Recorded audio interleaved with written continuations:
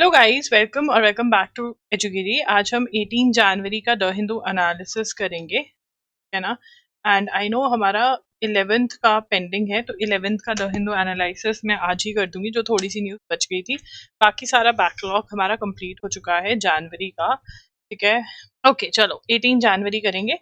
PM launches rupees 36957 crore Kaziranga corridor.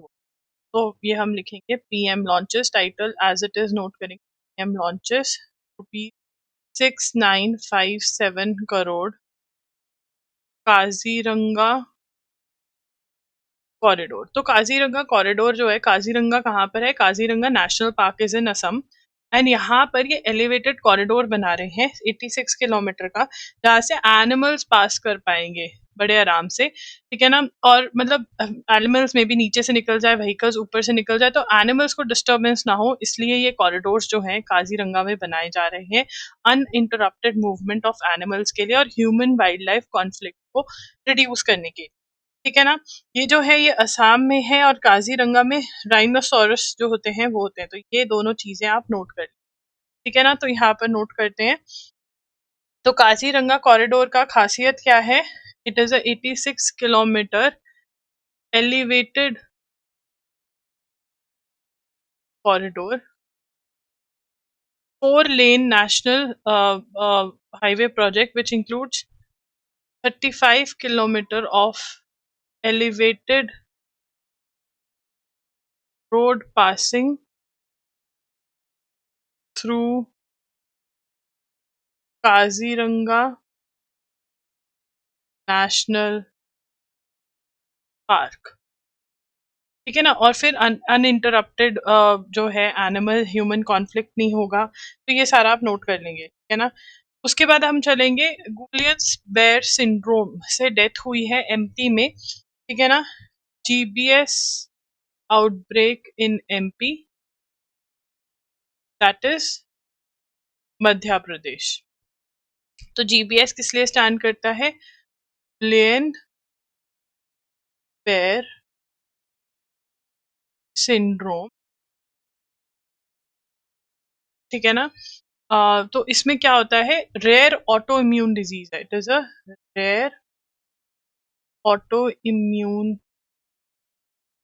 Disorder, ठीक है ना। Where immune system mistakenly attacks the peripheral nerves leading to muscle weakness and paralysis.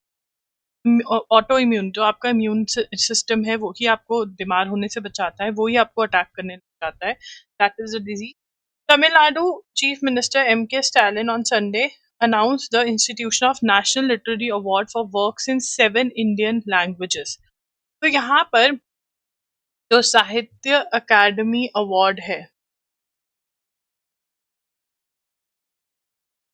Awards 2025, साहित्य अकादमी award है 2025 का जो अवार्ड है, ठीक है ना, वो क्या है? नेशनल लिटरेरी अवार्ड है, जो 7 लैंग्वेजेस में दिया जाता है। National literary award for 7 Indian languages,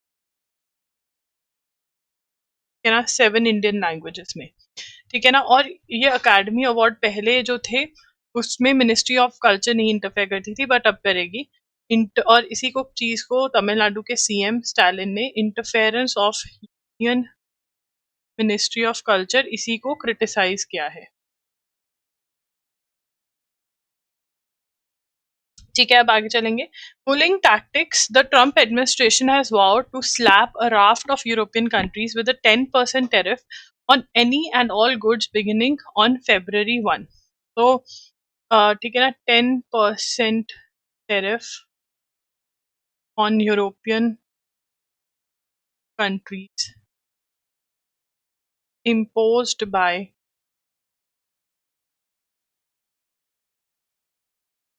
Trump administration. Trump administration ने लगा दिया 10% टेरिफ यूरोपियन कंट्रीज पे। क्यों लगाया है? ठीक है ना, फ्रॉम 1 फेब, और ये कह रहा है कि इंक्रीज कर देंगे set to increase to 25% on 1st जून। 25% कर देंगे 1st जून को। क्यों? अगर until agreement is reached on the US demand to purchase or otherwise acquire Denmark administered Arctic territory of Greenland, है ना? तो यहाँ पर टू परचेज और otherwise acquire the Denmark administer Arctic territory of Greenland, ठीक है ना? तो यहाँ पर वो क्या कह रहे हैं, ट्रम्प कह रहा है कि भैया या तो मेरे साथ अग्रीमेंट करो कि तुम डेनमार्क की जो टेरिटरी है ग्रीनलैंड उसको तुम परचेज करने दोगे या मेरे को दे दोगे, तब नहीं मैं करूंगा, ठीक है ना? The latest round of tariff जो है 15% टेरिफ उन पे पहले लगा हुआ है, ठीक है ना? तो डेनमार्क, फिनलैंड, फ्रांस, जर्मनी इनके ऊपर टेरिफ्स और लगेंगे। तो ये सारा आपने नोट करना है जो मैंने मार्क किया है, ठीक है? तो फ्रांस के जो प्रेसिडेंट है वो कह रहे हैं तो बहुत ही गलत है। नाटो जो था इनका, मतलब नाटो के ग्रुपिंग पे ही ये आपस में लड़ने लग गए हैं अब, और ये इंडिया के लिए बहुत बहुत ज्यादा फायदेमंद है क्योंकि पहले ट्रम्प इंडिया के पीछे पड़ा हुआ था, ठीक है? चाइना के साथ तो उसको रेयर अर्थ मेटल्स का दिक्कत है, तो चाइना के पीछे अभी वो नहीं पड़ेगा जब तक उसका रेयर अर्थ मेटल्स वाला सॉल्व नहीं होता, क्रिटिकल मिनरल्स वाला। जब यूएस से इंडिपेंडेंट हो जाएगा फिर दोबारा वो चाइना के पीछे जाएगा, बट अभी जो है वो इंडिया के पीछे पड़ा हुआ था, टेरिफ लगा रहा था, ये सब कुछ कर रहा था। अब यूरोप पे भी टेरिफ लग गया, तभी देखो ना जर्मनी वाले भैया ऐसे नहीं आए हाय हेलो करने हमें, है ना? यूरोप के जो हेड्स हैं वो ऐसे ही नहीं आ रहे रिपब्लिक डे पे, क्योंकि उनको पता है यूएस से इनके पीछे पड़ गया, तो अब इनको इंडिया से दोस्ती करनी पड़ेगी, ठीक है ना? हाँ, ये international politics is very very interesting, आपके टाइम पे बहुत इंटरेस्टिंग हो रखी है, तभी हम क्वेश्चंस भी एक्सपेक्ट कर सकते हैं।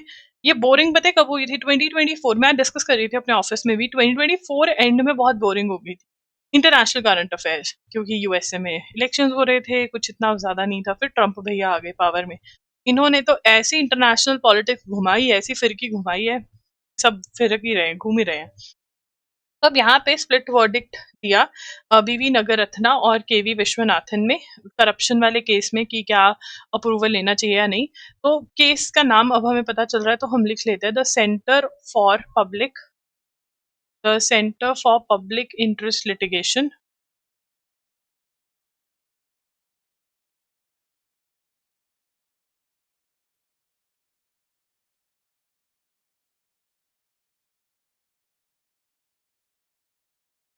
तो ये है, देखिए, the centre for public interest litigation versus Union of India, इसके अंदर क्या हुआ है?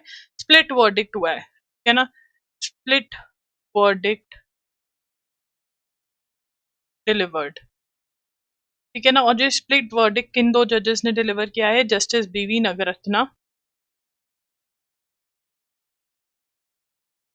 एंड जस्टिस केवी विश्वनाथन, ठीक है? इन दोनों ने स्प्लिट वर्डिक्ट दिया है किसके ऊपर?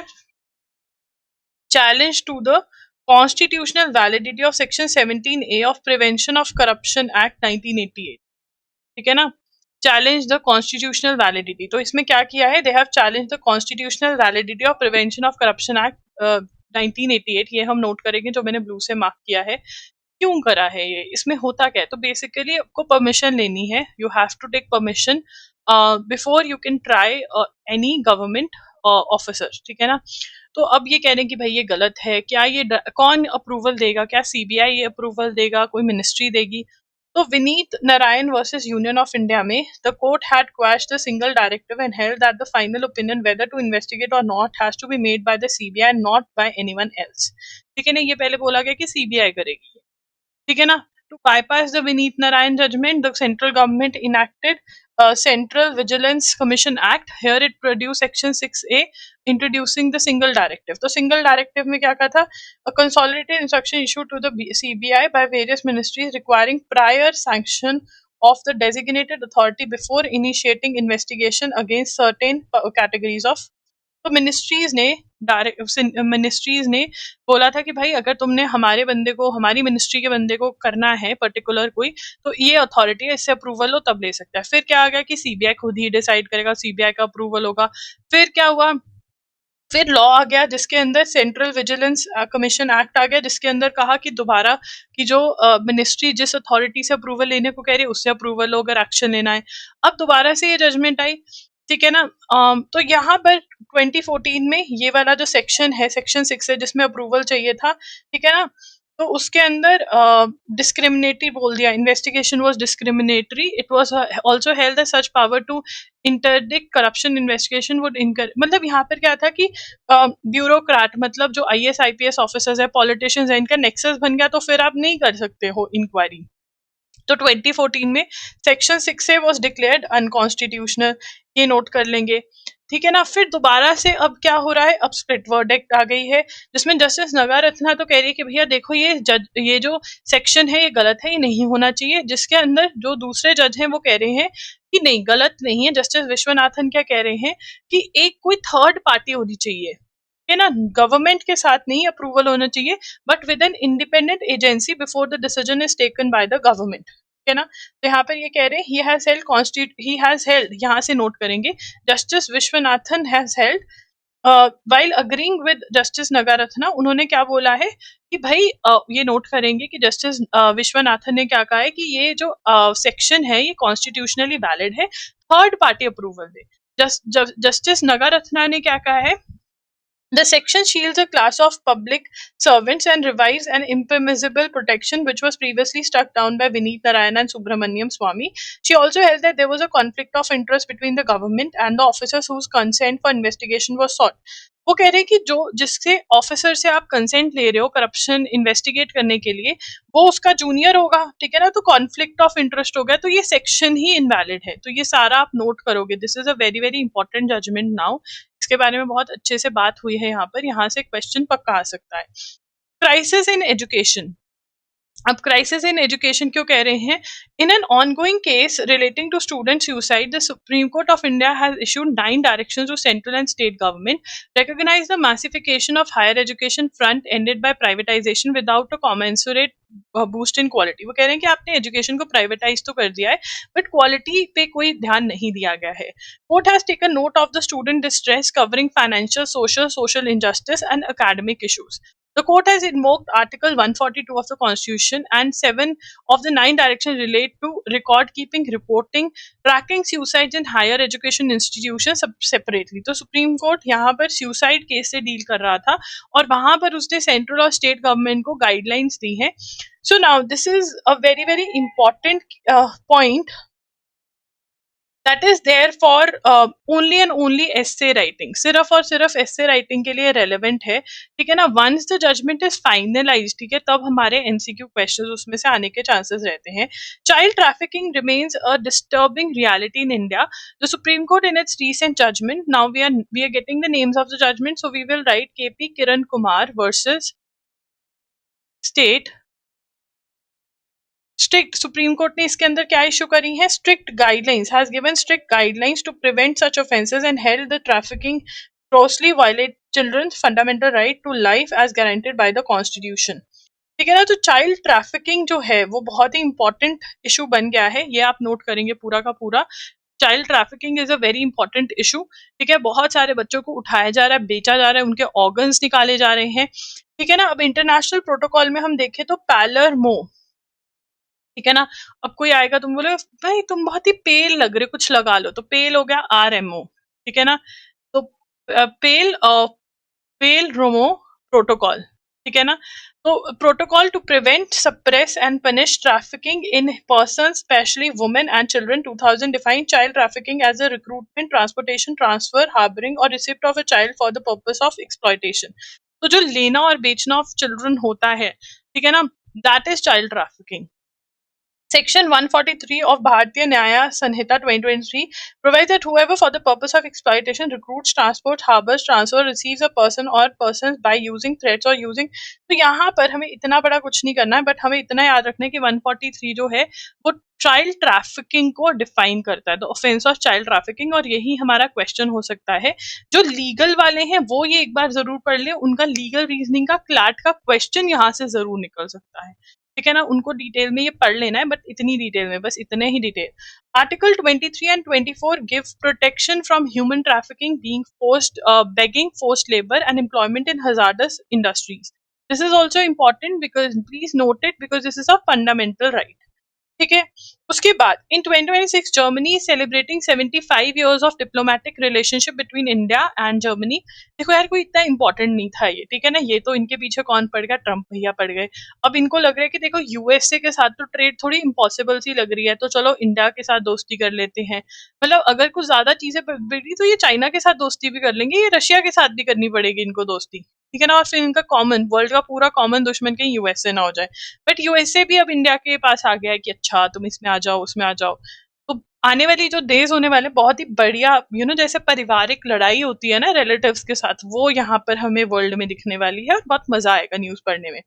After being dispersed for over a century ancient gems, तो यहाँ पर पिपराह पीपरा, ठीक है ना, पीपल का पेड़ से पीपरा वाहा, ठीक है, पीपरा वाहा, ठीक है ना, परवाहा भी, परवाहा।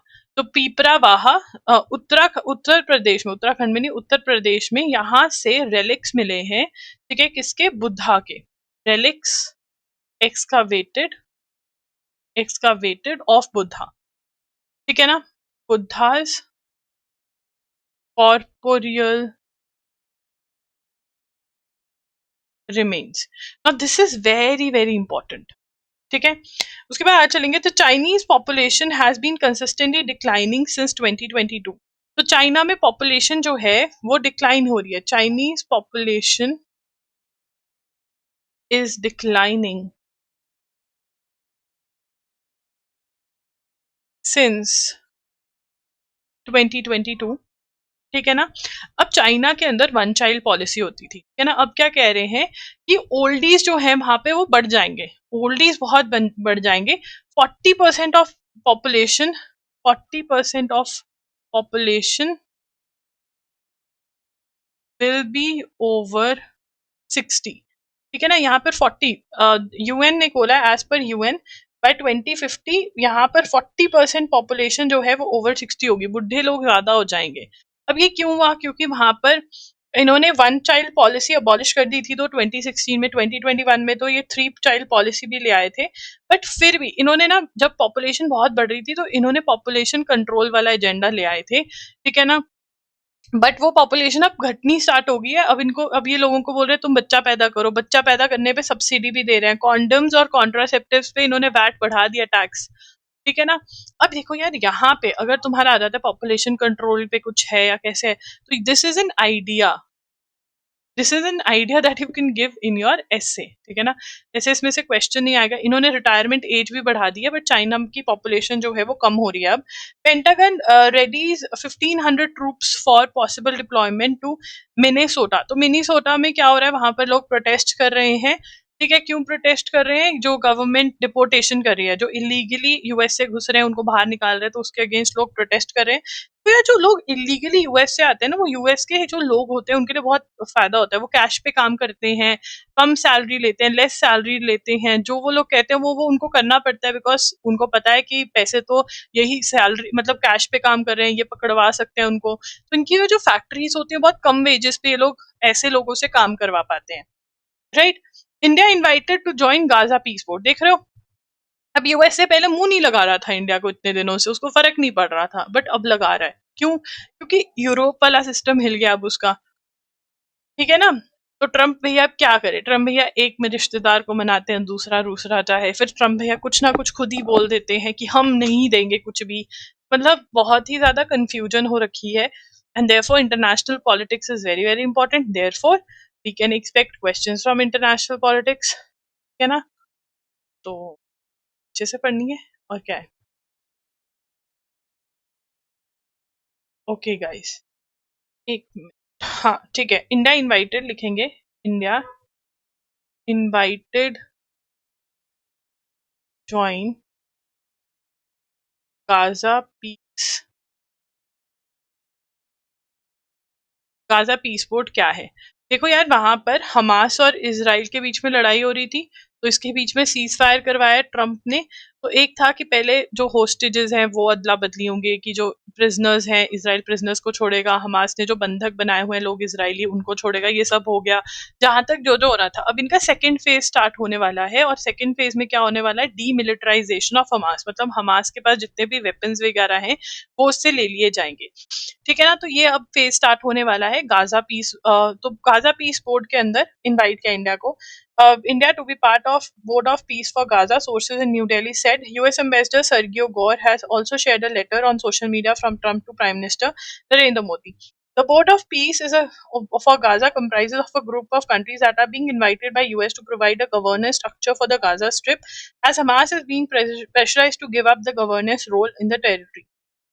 ठीक है ना, as part of the peace plan क्या है कि इनकी डीमिलिटराइजेशन होगी, और जो कंट्रोल है गाजा पे हमास का, वो कंट्रोल भी हमास से ले लिया जाएगा। तो ये लोग बैठकर करेंगे कि क्या स्ट्रक्चर करना है क्या नहीं, तो ये आप नोट कर लीजिए। Unwilling to be named said that India has the invite in hand, though New Delhi has not responded as yet. This comes 3 days after Mr. Trump announced on social media that a board of peace had been formed and that its member would be announced shortly. The Trump peace plan for Gaza was first floated. Trump लेकर आए हैं piece plan Gaza के लिए, ठीक है ना। The US president hosted, तो यहाँ पर ठीक है ना, 29/2025 को 29 सितंबर 2025 को ये पीस प्लान आया। ठीक है ना, the US is expected to work with international partners to develop temporary international stabilisation force to be deployed in Gaza soon. तो एक फोर्स भी लगेगी कि हमास वाले जो है वो अटैक, सॉरी इसराइल जो है गाजा पे अटैक ना करे, तो वो भी चीजें होने वाली हैं यहाँ पर। तो उसी के लिए जो स्टेबलाइजेशन फोर्स है वो यूएस बनाएगा यूरोपियन कंट्रीज के साथ मिलकर। The US has been in talks with multiple countries across the world for troops, soldiers भी होंगे कॉमन। और कौन कौन सी कंट्रीज को इनविटेशन भेजे हैं, Jordan, Greece, Cyprus and Pakistan has also said they received invitations. इनको भी इनविटेशन आया, तो इंडिया को भी इनविटेशन आया, इनको भी इनविटेशन आया है। उसके बाद as part of the plan Gaza will be administered by temporary transitional governance of technological apolitical Palestinian committee which will consist of Palestinian and international experts. तो यहाँ पर मतलब कौन जो ट्रांजिशनल कमिटी है उसमें कौन होगा, ये भी आप नोट करेंगे, दिस इज इम्पोर्टेंट। ठीक है, board of will be this is transitional outfit will be supervised by board of peace which is to be headed by Mr. Trump. तो जो ट्रांजिशनल कमिटी है उसको कौन हेड करेगा, बोर्ड ऑफ पीस, और board of peace को कौन head कर रहे हैं, ट्रम्प हेड कर रहे हैं। और उसके अंदर मेजर मेंबर जो है वो former prime minister of United kingdom है, दैट इज टोनी ब्लेयर। ठीक है, तो ये आप नोट करेंगे। 8 ऑपोजिशन लीडर्स बुक्ड एज रो ओवर मणिकर्णिका घाट। तो मणिकर्णिका घाट जो है वाराणसी में, उसको रिमूव किया जा रहा है और नई कंस्ट्रक्शन कह रहे हैं वहां पर होगी, but this is a very very important place. उसके बाद बीजेपी कह रही है spreading AI generated images and misleading information on social media regarding redevelopment work at the Manikarnika Ghat.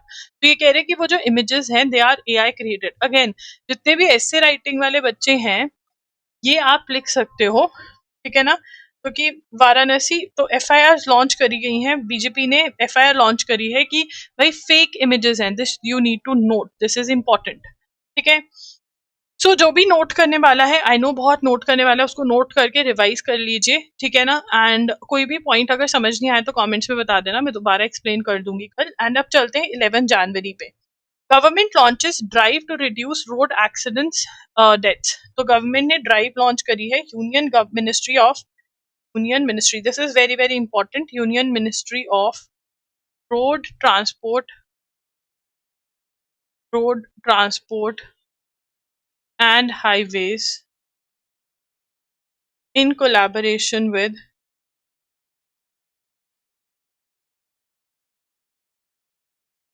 NGO Save Life Foundation, NGO Save Life Foundation has identified 100 districts,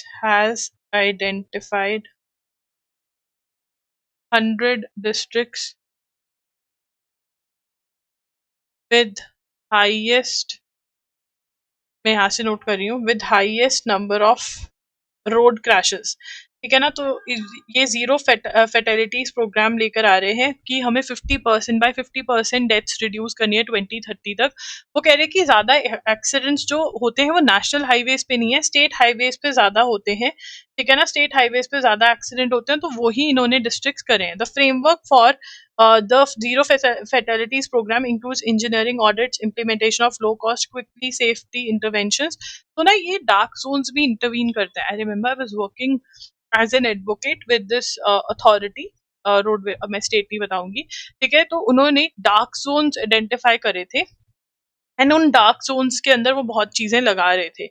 right, and people were like ये क्या ही कर रहे हैं, पैसे waste कर रहे हैं, ये सब कुछ। And then they the officer came and explain that what they are doing. मतलब बहुत सारे डार्क जोन्स में तो इन्होंने रिफ्लेक्टर्स ही लगाए थे, बिकॉज लोगों को मोड़ होता था, लोगों को पता नहीं चलता, वो सीधा निकल जाते थे, and therefore a lot of accidents used to happen. तो वो रीजंस देखने लगे कि एक्सीडेंट क्यों हुआ है, क्या हुआ है। This is a good initiative. The Ministry of External Affairs faced uncomfortable questions this week. The US Department of Justice showed that Indian Embassy, तो यहाँ पर ये ना हम ऑलरेडी लिख चुके हैं। ठीक है ना, तो आप समझ लो, जिसने लिखना है डिटेल में वो लिख सकते हैं। तो यहाँ पर ये नोट कर सकते हो आप, तो कि उन्होंने बोला कि जो इंडियन एम्बेसी है यूएसए में, उन्होंने अमेरिकन लॉबीज के थ्रू, मतलब कंपनीज के थ्रू ट्रम्प को कनेक्ट करने की कोशिश करी है, स्पेशली ड्यूरिंग ऑपरेशन सिंदूर ये सब कुछ हुआ। ठीक है, तो इंडिया कह रही है कि भैया हम ना बात करना चाहते थे अबाउट कि क्या मीडिया रिपोर्टिंग हो रही है, क्या कैसे हो रही है, हम कोई तुम्हें बेग नहीं कर रहे थे कि हमारी सीज फायर करवाओ ये सब। ठीक है ना, तो ये सब चीजें ट्रम्प 11 जनवरी के अराउंड कर रहे थे, एंड अब जो है ट्रम्प कह रहे हैं इंडिया को कि तुम गाजा उसमें आ जाओ, ये सब आ जाओ, क्योंकि अब यूरोप वाला हो गया, राइट। तो it detailed about 60 entries where it had been asked by the Indian embassy to contact top officials in Trump administration. तो यहाँ पे ना मतलब वो कह रहे हैं कि इंडिया वाले हमें कनेक्ट करना चाहते थे ड्यूरिंग ऑपरेशन सिंदूर, क्योंकि वो कह रहे हैं कि हमने ही सीज फायर करवाया, और यहाँ पर वो कहीं ना कहीं प्रूव करना चाहते हैं कि ये लोग कनेक्ट कर रहे थे हमें, क्योंकि हमसे कनेक्ट करके इन्होंने ऑपरेशन सिंदूर जो है सीज फायर हुआ होता पाकिस्तान और इंडिया के बीच में इन 2025। The Supreme Court on January 5 declined to grant bail to activists Umar Khalid and Sharjeel Imam in 2020 Delhi Rights Conspiracy case. तो ये हम ऑलरेडी डिटेल में पढ़ चुके हैं कि सुप्रीम कोर्ट ने डिवीजन करी कि जो दो लोग हाईली इन्वॉल्व थे, मतलब जिन्होंने सारा ही करा था, कि मतलब चीजें डिसाइड करी थी कैसे हम चीजों को ब्लॉक करेंगे, कैसे हम डिसफंक्शनल बना देंगे, पूरी की पूरी रोड ब्लॉक्स करेंगे, पैरालाइज करेंगे नेशनल कैपिटल को, उनको बेल नहीं ग्रांट हुई है, बाकियों को बेल ग्रांट कर दी गई है। तो इसके अंदर वो कह रहे हैं कि आर्टिकल में लिखा है कि इतनी लॉन्ग इनकार्सरेशन, मतलब लोगों को जेल में रखना सही नहीं है, बट सुप्रीम कोर्ट कह रहा है कि भाई ये टेररिस्ट एक्ट था, और जो टेररिस्ट एक्ट करेगा और हमें लगेगा कि हाँ ये इन्वॉल्व थे, हम उनको बेल नहीं दे सकते, क्योंकि यूएपीए यही कहता है। ठीक है ना। उसके बाद आगे चलेंगे, ये सब हमने नोट किया हुआ है। Two developments over the 10 days have sharply brought the shop, तो यहाँ पर जो मैगा की फुल फॉर्म है वो क्लैट 2025 में आई थी, तो you can note it, this is important for other exams also. MAGA stand for make America great again. तो ये ट्रम्प की पॉलिसी रही है, to make America great again. ठीक है ना, और इन्हीं पॉलिसीज के अंदर जो ये वेनेजुएला के साथ कर रहा है, जो ये सब चीजें कर रहा है। ठीक है, on January 7 a US citizen René Nicole Good was shot dead during an immigration and customs enforcement operation in Minneapolis. The facts of and reasons for the incident remain contested. At the center of these two events are two key figures: Trump administration secretary state Marco Rubio and spearheading US foreign policy and vice president. तो यहाँ पर ये to make America great again, ये एक तो immigration कर रहे हैं कि जो लोगों को बाहर फेंक रहे हैं, ये नाम बहुत इंपॉर्टेंट है। रेने नाम का एक ब्रांड भी आता है मेकअप का, उससे आप याद कर सकते हैं। तो मतलब एक तो ये मेकिंग अमेरिका ग्रेट अगेन में ये इलीगल रेजिडेंट्स इमिग्रेंट्स को बाहर निकाल रहे हैं। ठीक है ना, क्या करें, enforcement of immigration laws to rid the country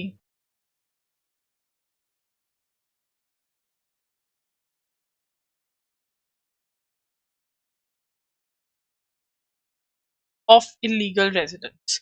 ठीक है ना, तो ये बता रहे हैं कि एक बंदे को भी मार दिया। रेने नाम की बंदी को, merely a couple of days after the, तो अब इसको जो है प्रेसिडेंट निकोलस मडूरो चले गए हैं, अब नई प्रेसिडेंट डेल्सी रॉड्रिगोज आ गई है वेनेजुएला के अंदर, जिसको नोबेल पीस प्राइज मिला था उसको नहीं मनाया, क्योंकि ट्रम्प कहते हैं कि इसका ना इतना पब्लिक फेवर नहीं कर रही है इसको, ठीक है, और इसने बोला कि ट्रम्प को मैं नोबेल पीस प्राइज अपना देना चाहूंगी। नोबेल पीस प्राइज वाले कहते हैं ऐसे नहीं दे सकते, तुम्हें दिया तुम रखो, ऐसे नहीं किसी को बांटते फिर। Award. Between 2014 and 17, as foreign minister, Miss Rodriguez became the face of Venezuela diplomacy. अब यहाँ पर ये नोट करना जरूरी है कि जो करंट प्रेसिडेंट है ना, vice president was sworn as the acting president of Venezuela, तो वो क्या थी, वो फॉरेन मिनिस्टर भी रह चुकी है वेनेजुएला की, कब से कब तक, 2014 से 2017। Netanyahu hopes to end reliance on US military aid, तो नेतन्याहू क्या कह रहा है, इजराइल कह रहा है कि भाई हमें यूएस पे अपनी डिपेंडेंसी, मिलिट्री एड हमें नहीं जरूरत होनी चाहिए, अगर अगली बार हमारा गाजा पैलेस्टीनियों के साथ पंगा होता है हम ऐसी इन्वेस्टमेंट्स करें। जापान में स्नैप इलेक्शंस हो रहे हैं, मतलब इमीडिएट इलेक्शंस हो रहे हैं, बट आपको याद रखना है कि जापान में अभी फर्स्ट वुमेन प्राइम मिनिस्टर बनी है जिसका नाम है सनाई टकाइची। ये एलेट के अंदर भी क्वेश्चन पूछा गया है 2025 में, ठीक है, एलेट 2025 का ये पीवाईक्यू है। उसके बाद EU countries override France to green light Mercosur trade deal. The EU gave a long delayed go ahead to a trade deal with South American bloc Mercosur, championed by business group but lost by European farmers. तो European farmers को ये नहीं पसंद आ रहा, France ने इसको बहुत oppose किया है, ठीक है ना। तो उसके बाद ये जो मेकोसोर है, मर्कोसोर है, ये क्या है, ये is a regional integration process initially established between these countries, Argentina, Brazil, Paraguay, Uruguay, and was joined by Venezuela and Bolivia, ठीक है ना। तो इसके अंदर मतलब ट्रेड ग्रुपिंग काइंड ऑफ है, इसके साथ अग्रीमेंट किया है यूरोप वालों ने, जो कि फ्रांस अपोज कर रहा था, फार्मर्स भी यूरोप के अपोज कर रहे थे, ठीक है। उसके बाद हम बात करेंगे यमन की, तो बहुत ही इंपॉर्टेंट अपडेट है यमन से रिलेटेड। यमन के अंदर 3 जनवरी 2025 को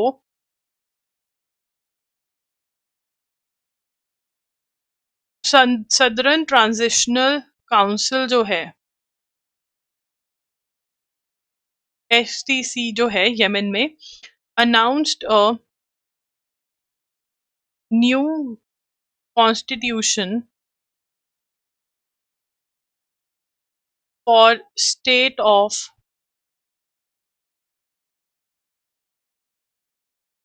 साउथ अरेबिया। तो यमन में से ये एक और कंट्री निकाल रहे हैं जिसका नाम ये स्टेट ऑफ साउथ अरेबिया बोल रहे हैं, और उसके लिए new constitution southern transitional council ने निकाल दी है, ठीक है ना।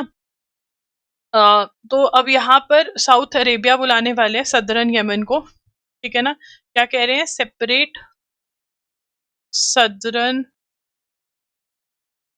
यमन, और सदर्न यमन को सेपरेट करके क्या बुला रहे हैं, साउथ अरेबिया, ठीक है ना, इंडिपेंडेंट फ्रॉम नॉर्थ।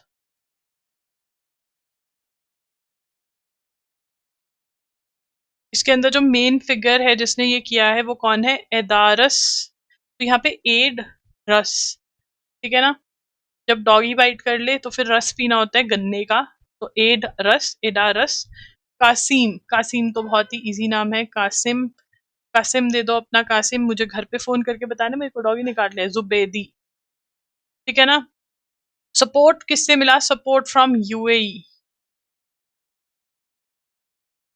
ठीक है ना, to counter Houthi, Houthi advancement in 2015,